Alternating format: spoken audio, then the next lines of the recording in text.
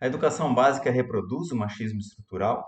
Ou esse negócio de machismo estrutural nem sequer existe e foi inventado por umas feministas aí radicais? Bom, eu sou o professor Wagner, esse é o canal Presença Pedagógica. Seja muito bem-vindo e eu quero conversar com vocês hoje sobre professoras, machismo estrutural e pedagogia. Bom, mas antes não se esqueça, inscreva-se no meu canal, indique o meu canal para os seus amigos, faça seus comentários, deixe seu like, seu dislike, tá bom? Isso é muito importante para o canal e para manter ele no ar. Muito obrigado. Vamos lá então. Resolvi gravar esse vídeo hoje porque estamos mais uma vez aí à beira do dia 8 de março, agora de 2021, né, Dia Internacional da Mulher. E mais uma vez a gente tem aí, né, todas as colocações, comemorações, enfim, em função desse dia, que é de fato um dia de extrema importância para a causa feminina no mundo inteiro, né? Eu não vou aqui me alongar, todo mundo sabe a história, né, de um grupo de mais de 100 operárias que no início do século XX morreram carbonizadas no incêndio de uma fábrica porque fecharam os portões lá e, né, elas acabaram não conseguindo sair, enfim. Isso é uma história, né? E disso derivou depois movimentos, né, em prol dos trabalhadores, em prol das trabalhadoras mulheres, e o que foi acabar sendo reconhecido muito mais para frente, inclusive, né, como um Dia Internacional da Mulher. Bom, antes de continuar, né, eu quero pedir permissão a todas as mulheres que estão me ouvindo, porque enquanto homem não é uma missão muito agradável e nem muito fácil, né, de falar sobre mulher, falar sobre o Dia da Mulher, tá bom? Então eu quero trazer essa discussão aqui para um campo pedagógico, para fazer uma reflexão, porque eu disse que não é fácil, né, como homem falar isso. Infelizmente, os números estatísticos, né, não nos mostram muita evolução, vamos dizer assim, apesar de toda a luta feminista, apesar de algumas conquistas aqui no Brasil, como por exemplo uma lei de extremíssima importância, como a Lei Maria da Penha, nos anos 2000 promulgada. Mesmo assim, os índices de violência doméstica, violência contra a mulher, violência sexual, assédio moral, assédio sexual, enfim, né? É, salários mais baixos, né? Então, tudo isso que eu estou falando, vocês já sabem, tudo isso é evidenciado. Porém, no entanto, né, eu vejo que isso vem sendo agravado no nosso Brasil, além da gente ter dado uma estagnada no desenvolvimento e na melhoria, na garantia, vamos dizer, desses direitos e dessa luta por igualdade de gênero de fato, eu particularmente vejo que, infelizmente, né, nos últimos 2 anos, né, em função de um governo extremamente reacionário, houve, né, para não dizer um retrocesso nesses campos, a gente, no mínimo, paralisou isso, né? Com uma ministra aí que a gente sabe, né, tudo que ela anda dizendo por aí e reforçando padrões de que o feminismo é uma coisa maluca, enfim, né? Mas eu quero dizer, então, por isso que é difícil, né? Porque quem está lá na outra ponta e quem é feminina sabe disso, né? Basta vocês abrirem o Google aí e pesquisar a violência contra a mulher que vocês vão encontrar milhões de reportagens no Brasil e no mundo sobre absurdos e mais absurdos. Isso que fica, isso para falar de coisas que se tornam de fato públicas, porque a gente sabe que, na verdade, a grande maioria desses crimes não aparece, não não há reclamação das vítimas por vários motivos, né? Um dos motivos é que muitas das vezes esses crimes acontecem na casa, né? Dentro da família, dentro da própria família, por parte do esposo, de irmãos, de filhos, enfim, né? Então isso é muito triste, muito difícil. As mulheres muitas vezes estão em situações de praticamente reféns dos homens, né? Essa ideia de não deixar ela ganhar dinheiro, de não deixar ela trabalhar, num primeiro momento parece uma coisa maravilhosa, parece que ele está ali protegendo tudo, mas ele vai isolando ela de tal maneira que ela se torna totalmente dependente dessa pessoa e aí, né, geralmente começa a vir o primeiro tapa, o primeiro murro, o primeiro espancamento e ela fica refém. Bom, enfim. Então, são muitas questões, né, relacionadas à violência da mulher, os números não são nada bons, os números são muito altos. Então, eu vim aqui para dizer o seguinte, né? Eu entendo, tá, que existe, obviamente, para mim é óbvio, um machismo obviamente estrutural, tá certo? O que que significa isso? Significa que ele está intrínseco dentro da nossa sociedade. E quando ele é tão estrutural, mas tão estrutural, que sequer boa parte das mulheres é, percebem que ele existe muitas vezes, tá? Então, acha normal, por exemplo, estar passando na rua e alguém assoviar, chamar de algum nome, provocar, convidar para alguma coisa. Só para dar um exemplo, tá? É normal isso, né? É, quer dizer, não é normal, né? Mas parece normal, tanto para homem quanto para mulher, né? Então, veja, essas questões, né, que precisam ser repensadas. E quando eu perguntei lá no início se se o ensino básico, a educação básica, reproduz em alguma medida esse machismo estrutural que está intrínseco, né, a mulher sempre em segundo plano, sempre sendo aquela pessoa frágil, vamos dizer assim, do ponto de vista emocional, do ponto de vista físico, enfim, né, dependente, né? Então, isso tudo é o que eu considero, vamos dizer assim, esse machismo estrutural que vem de outrora, né? Vem de muito tempo na humanidade. A gente com certeza teve algumas mulheres que tiveram a sua importância histórica, não tenha dúvida disso, mas os números não mentem, né? Não adianta a gente falar, né, da rainha da Inglaterra, da Margaret Thatcher, enfim, da presidente de uma empresa ou outra, aí quando os números mostram que a imensa maioria das mulheres que estão no mercado de trabalho ganham menos do que os homens para executar a mesma função. Então, essas mulheres que acabam se destacando, óbvio que em alguma medida são fruto dessa luta por igualdade de gênero, não é isso que eu estou dizendo que não é, né? Mas essa luta, ela ainda, no meu ponto de vista, ainda ela precisa avançar muito. E ela só vai, talvez, ganhar um patamar mais igualitário de fato quando os homens passarem a entender também, né, que fazer qualquer tipo de assédio, por exemplo, né, é assédio, né? Às vezes ele não percebe também que é um assédio, né? Então, isso vai longe, tá? Eu quero trazer isso para dentro do campo escolar e educacional. Daria para a gente conversar aqui muita coisa sobre essa questão da violência e tudo mais, mas a mulher foi para o mercado de trabalho, a mulher é consumidora, então para o sistema econômico a mulher é uma peça de extremíssima importância, né? O mercado relacionado, por exemplo, à beleza, né, a cosméticos, essas coisas, é um dos maiores mercados de geração de lucros para as empresas que existe no Brasil e no mundo. O Brasil é um dos que tem o maior mercado de cosméticos do mundo. Por que que eu estou falando de cosmético? Porque até isso, em certa medida, está relacionado a essa posição de refém da mulher, né? É claro que todo mundo tem que se sentir bem, tem que se sentir bonito, mas os padrões colocados, por quem são colocados, com qual interesse são colocados, essas questões precisam ser levadas em consideração, né? Então, a aparência da mulher, propagandas de cerveja aí que, nossa, não sei nem o que dizer, né? De colocar a mulher numa condição tão fútil, vamos dizer assim, e por aí vai, né? Então, assim, isso tudo é reforçado pela mídia, pelos filmes, pelas novelas, enfim, e vai, né? E na escola, né? Na escola, a escola eu entendo que ela é um micro-organismo, uma escola é um micro-organismo que reproduz, tá?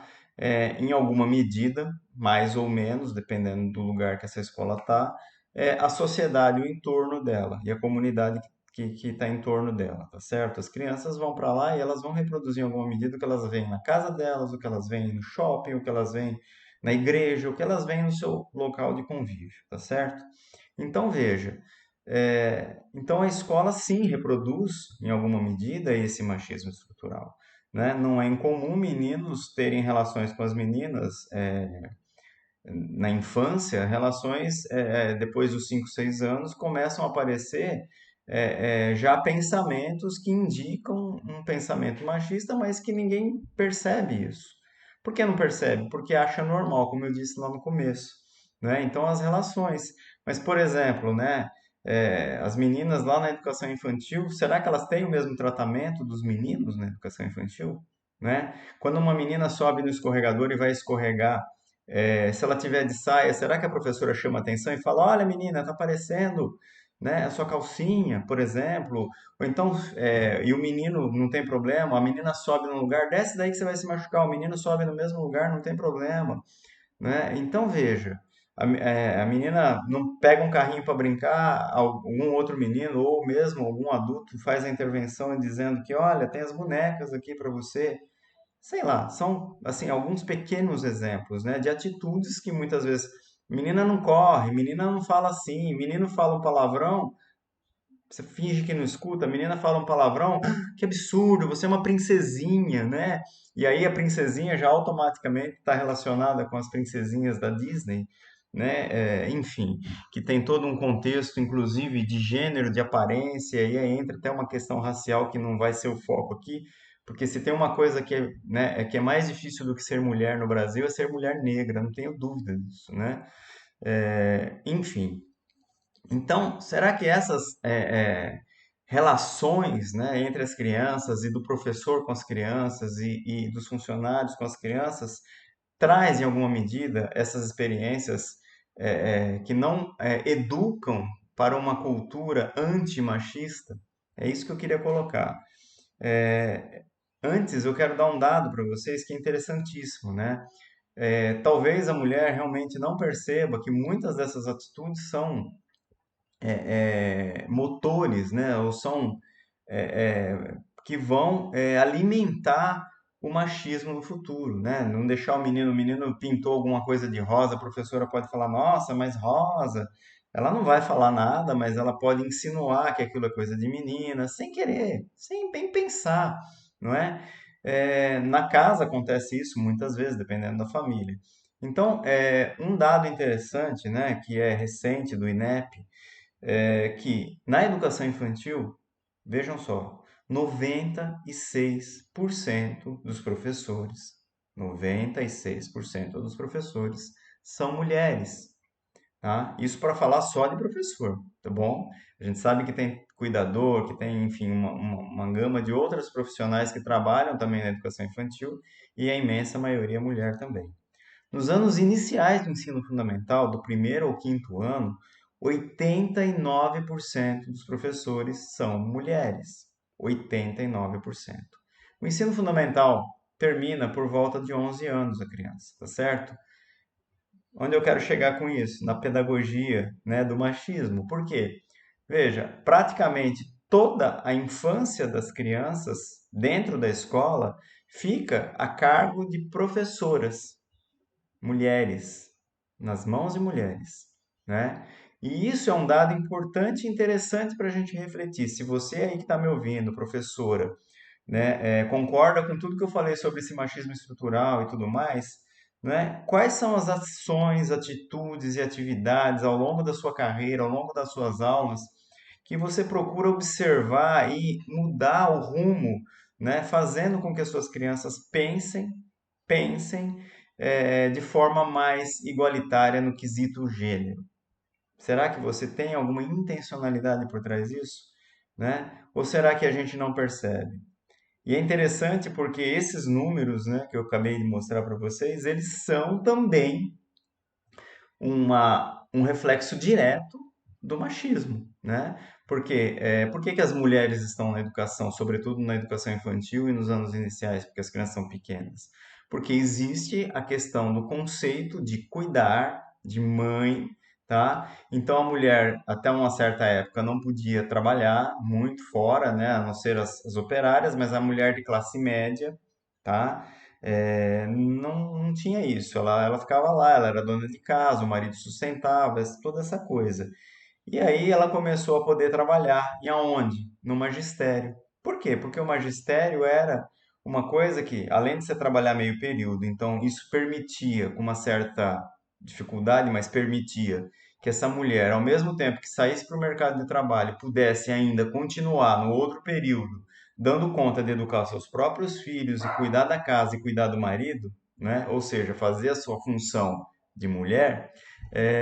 Então a mulher pôde, né? Eu digo pôde, foi autorizada pelo sistema machista, Ir para o mercado de trabalho aonde? Ir para as escolas. Era um lugar que ninguém enxergava aquilo como um lugar ruim para uma mulher de classe média estar. Por quê? Porque cuidava de crianças, né? E educava crianças. Então, se a função da mulher em casa, na família, é cuidar e educar as crianças, nada mais lógico do que ela fazer isso dentro da escola também. Tá? Então, esse número avassalador de mulheres que a gente tem aí é fruto de uma sociedade machista, sim, né? E ele demora para cair, né? E aí existe, né, até uma questão esquisita, né? Quando aparece um professor homem na educação infantil ou no ensino fundamental, existe um olhar meio desconfiado. Existe uma preocupação por parte da família, muitas vezes, infelizmente, por parte das próprias professoras que trabalham na escola, pelas gestoras, porque também a maioria dessas escolas são geridas por mulheres. Então, veja, há uma certa desconfiança. Nossa, mas esse cara vai cuidar das crianças, ele vai dar banho, ele vai levar no parque, enfim, como é que funciona isso? Ele é homem. Então, assim, né, a gente tem aí muitos e muitos ingredientes que sustentam essa desigualdade de gênero. Desigualdade de gênero, nos quesitos, né, em todos os quesitos, profissionais, morais, né, éticos, né, a tolerância para você fazer algumas coisas com mulheres, ela é, né, de chantagear, de denegrir, enfim. A gente teve casos recentes aí, né, na mídia, né, na Câmara dos Deputados, enfim. A gente né, teve uma aí que foi ser julgada e os juízes a trataram de forma discriminatória. O juiz a tratou de forma discriminatória, vocês devem lembrar disso faz pouco tempo. Então, veja, é uma coisa difícil, né? Difícil, ela está intrínseca. E as mulheres é que precisam enxergar isso, né? E eu vou agora, então, né, colocado todo esse contexto, deixar aqui para vocês, mulheres e homens também, mas principalmente vocês mulheres, poxa vida, a gente sabe, né? Vocês pedagogas, professoras, a gente sabe e acredita, né? Os estudos científicos apontaram e continuam apontando, né, cada vez mais para isso, principalmente com neurociências aí, mostrando como que a criança aprende, como que o cérebro funciona, enfim. Então, assim, a gente sabe hoje, tem convicção de que a primeira infância, principalmente a primeira infância, ela é determinante na formação do caráter do indivíduo, né? E depois a infância como um todo, ela vai, né, reforçando, né, esses estímulos e vai, né, organizando sua cabeça e trilhando as estradas neurais aqui dentro, tá? E a gente sabe que isso é a construção do conhecimento que a gente fala.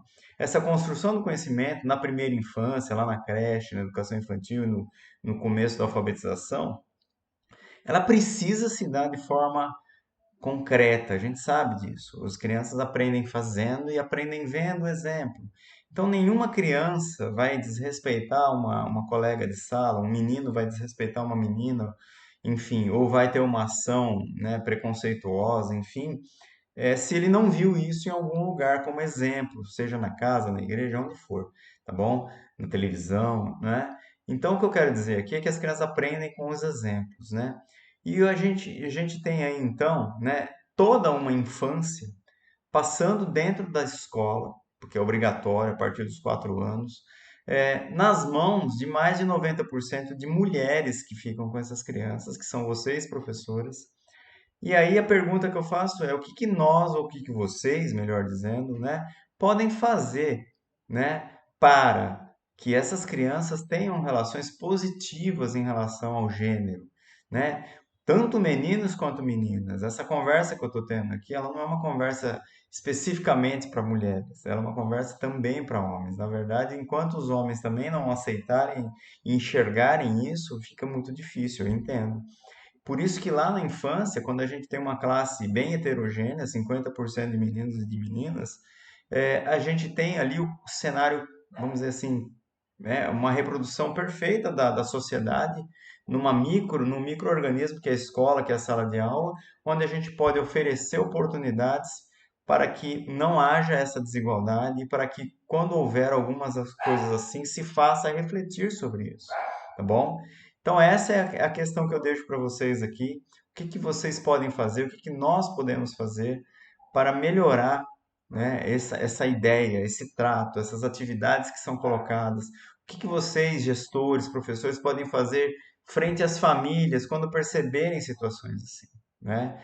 Uma coisa que eu só queria, eu não quero responder essa pergunta porque eu nem sei responder essa pergunta, mas é uma coisa para vocês pensarem. Vocês já se deram conta disso, né? Se deram conta do quanto a gente ainda precisa evoluir na questão da igualdade de gênero e o quanto, né, as futuras gerações inteiras passam pelas mãos de mulheres na educação, e agora com essa história de escola integral e tudo mais, as crianças não ficam mais meio período, elas ficam o dia inteiro na mão de mulheres dentro da escola durante uma semana inteira. Sei que agora na pandemia não está acontecendo isso, né? Mas viu, é um parênteses na nossa história, né? Nós vamos voltar a estar lá.